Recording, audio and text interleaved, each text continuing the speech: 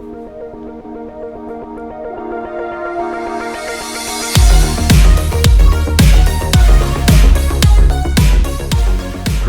everyone. Welcome back to the RedMars Podcast. I'm your host, Asteroid Jake, and today we're diving into the latest and greatest in spaceflight. From successful rocket launches to intriguing asteroid news, the space industry is buzzing with activity. Whether you're a casual space enthusiast or someone looking to work in the industry, I've got all the major updates for you. So I think I do, at least. So anyways, let's blast off right into it. So first up, let's talk about some of the most exciting launches in the recent weeks. SpaceX continues to dominate the skies, recently launching 23 new Starlink satellites from California on February 8th. This marks their 6th orbital launch from Vandenberg Space Force Base, just this year. Their launch cadence is impressive, solidifying their role as the backbone of global satellite internet coverage. And for those of you that might not be in the space industry or are not as familiar, being able to turn around a launch that fast is beyond impressive and goes to show the innovation that they have done over at SpaceX, so props to them. Next up, we have Blue Origin, who has made headlines in the past weeks here with their maiden flight flown for New Glenn. That is their heavy lift rocket. So on January 16th, 2025 at 2:03 a.m., bright and early, this was Eastern time, New Glenn lifted off from the Launch Complex 36 at Cape Canaveral Space Force Station. The rocket successfully reached orbit, marking a significant milestone for the company. However, the attempt to recover the first stage booster was unsuccessful, as it was lost during the descent towards the landing platform. So I believe this happened around 80-some thousand feet. It appeared to lose telemetry, and then after that point, we're not quite sure what happened. They haven't released much information around that. All we know is that the booster was lost. But that's okay. It was a secondary objective, and the main objective was to put that payload into space. So despite this, the mission achieved its primary objective of reaching orbit, and Blue Origin plans to attempt another booster recovery in future launches. So definitely, if you've missed that one, I encourage you to go take a look at blueorigin.com, and you can watch a replay of the New Glenn mission. Absolutely incredible seeing the liquid natural gas burn blue as it takes off, and really emphasizes that name for Blue Origin. So super cool. Definitely worth the watch, and you'll be able to see the booster come down there, and then the loss of telemetry in that around the 80-some thousand feet on re-entry.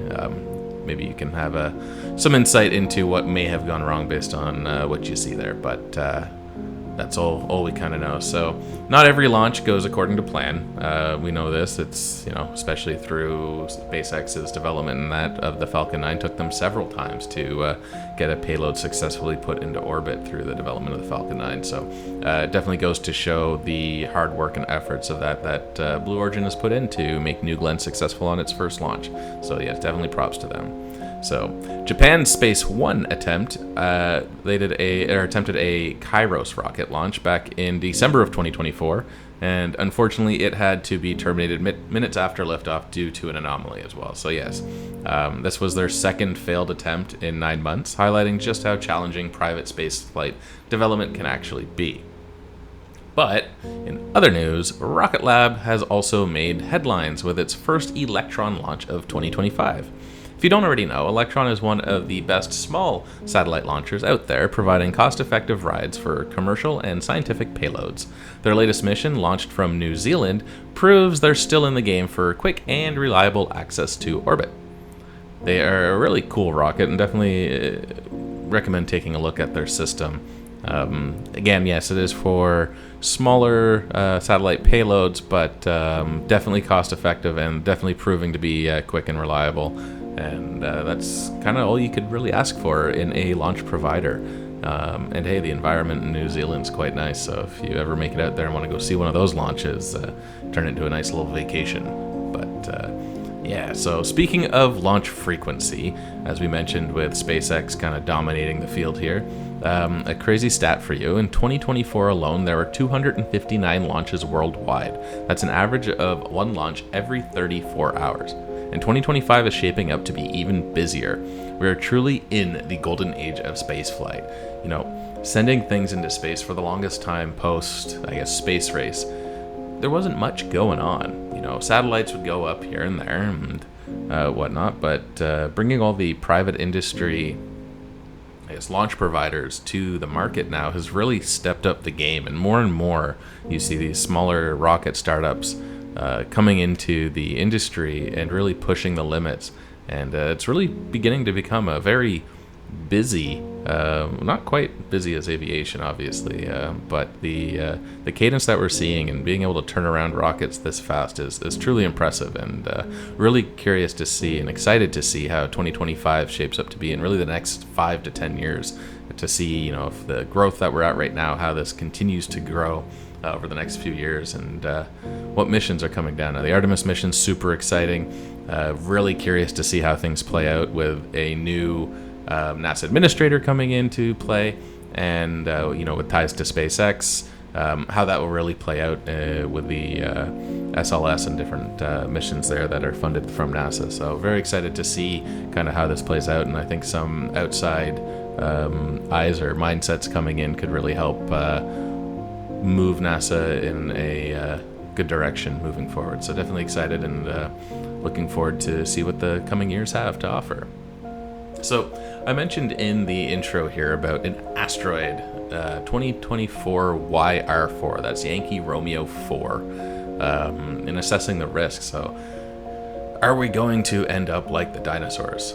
Well, there is a 2.3% chance of this impacting Earth. So switching gears to planetary defense, there's been a significant attention on this asteroid.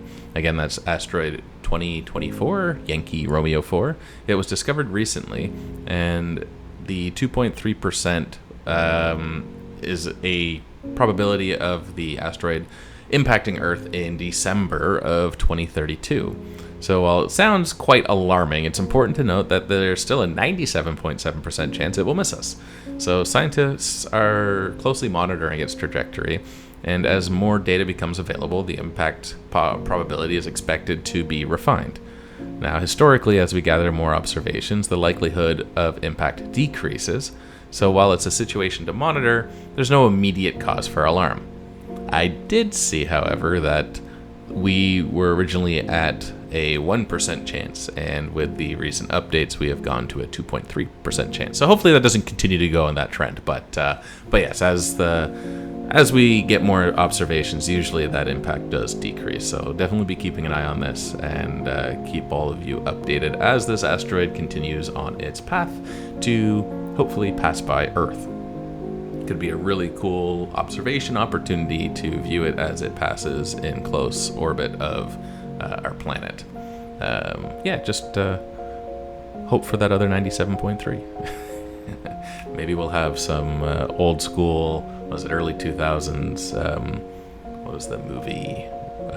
Bruce Willis was in it, I believe. Deep Impact, possibly, where they took the drillers and sent them to space as astronauts to drill a hole in the middle of an astronaut and blow it to pieces before coming in impact with Earth. I think that was the movie. No, I could be wrong, but a good watch either way. Anyways, let's continue on here. So, advances in space technology beyond just that of rocket launches. So, beyond rocket launches and planetary defense, there is a plethora of advancements in space technology. Yes, there's more to space than just rockets and satellites. But we're going to start with some satellites here. So, satellite mega constellations. Companies like SpaceX and Amazon are deploying large networks of satellites to provide global internet coverage. These constellations aim to bridge the digital divide, bringing connectivity to remote and underserved regions. Then we have space-based solar power. So, researchers are exploring the feasibility of collecting solar energy in space and transmitting it to Earth. This technology could provide a constant and abundant energy source, revolutionizing how we think about power generation. Then we have in-space manufacturing. This is huge, but cost, could be an issue, and that's why we need to lower that cost to space to be able to move things back and forth more freely in a cost-effective manner. So the International Space Station has been a testbed for manufacturing and microgravity, producing high-quality fiber optics and biological tissues.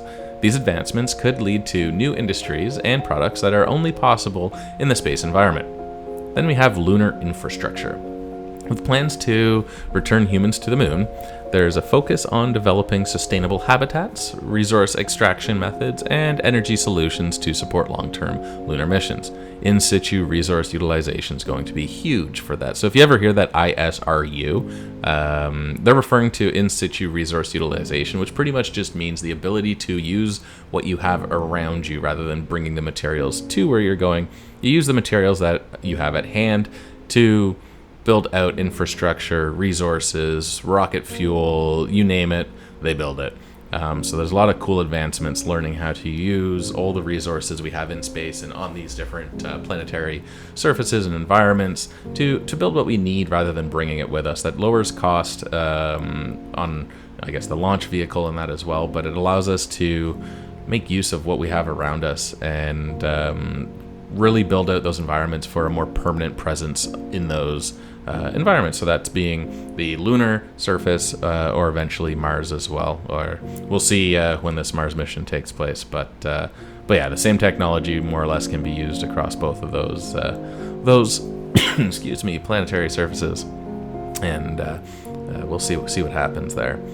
And then we have space tourism. So companies like Blue Origin and Virgin Galactic, haven't heard much about them lately, but they're making strides in suborbital space tourism, offering civilians the chance to experience weightlessness and really see the curvature of Earth. So these developments are paving the way for a future where space is more accessible and integrated into our daily lives. Now, I'm really curious to see where companies like Virgin Galactic and Blue Origin go with their space tourism. The cost of these seats seems to be more so geared towards, obviously, the more wealthier class individuals and companies, sponsorships and whatnot to get those people into space. But really, that's the first step in getting us to lower the costs and really promote space as a tourism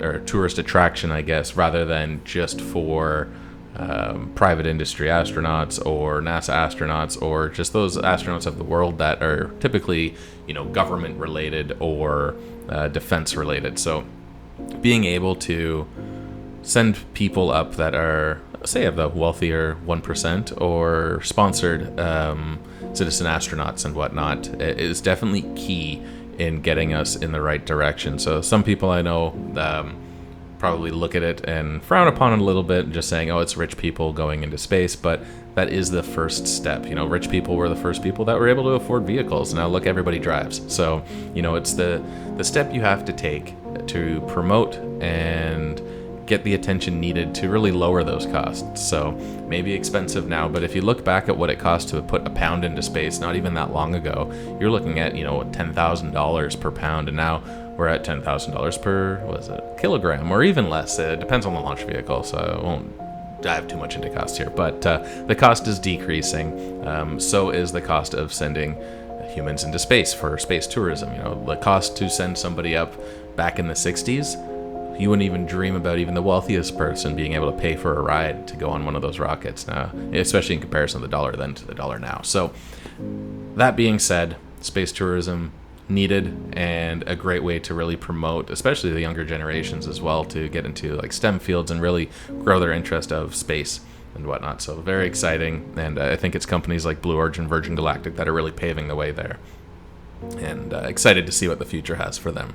So closing out, that's a wrap for today's episode. Just wanted to briefly cover what's been going on in the industry the past couple months here, and recent successes and whatnot in the space industry.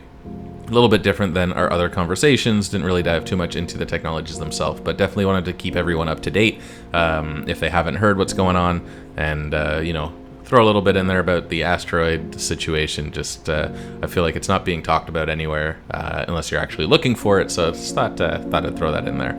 So that's pretty much all I got for everyone today. I hope you're enjoying your Tuesday, and if you're listening to this on another day, I hope you're enjoying that day as well. So if you enjoyed this episode, don't forget to subscribe to the RedMars Podcast so you never miss an update. We are on soon to be YouTube. I have an account set up and plan to start doing podcasts on there as well. We're on X, if you're on there, we are on Instagram. And obviously you can find our podcasts on the platform you're listening to right now, whether that be Spotify, iHeartRadio, Amazon Music, Apple Podcasts, and hopefully soon we'll be on Google Podcasts as well. So for those Android users out there, or possibly those that don't use Spotify, then you'll be able to get us on there soon too as well.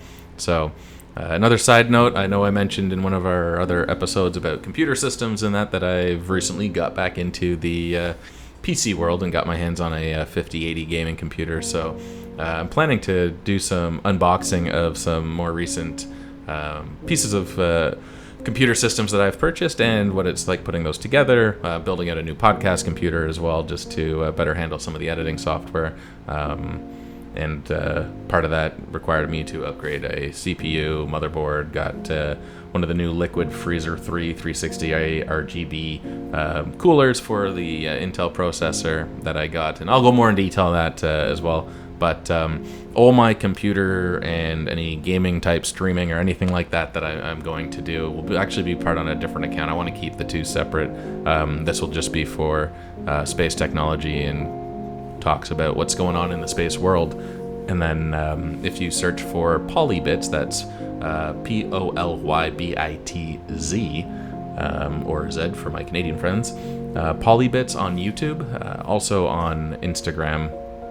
Those will be the two that I will focus on that content. So more so probably just on YouTube there. So I'll be posting videos of the unboxing of the gaming computers and hardware and that I've purchased recently and will be putting together, and then streaming what the gameplay looks like on these systems, and maybe just have some fun on those. I don't get to play too many games often, but I do like a lot of the simulator software, things like Flight Sim, or I might get into iDrive as well for some of the driving simulators, which could be a lot of fun. But also do like other games like Fortnite, Call of Duty, and whatnot, so we could have some fun on that channel. So if you're interested in any type of gaming and whatnot and want to hang out and just chat and play some games, definitely follow along on Polybits on YouTube, and yeah, we'll have some fun over there. So anyways, not to talk everyone's ear off here on non-space related content, so definitely feel free to leave some more information or some comments there on what you thought of this episode, and hit us up on social media. Follow the other account if you're into gaming and computer parts and whatnot and that type of technology. And until next time, definitely stay tuned, because we got some good stuff coming. So don't forget, keep looking up, stay curious, and enjoy the rest of your week. We'll talk soon.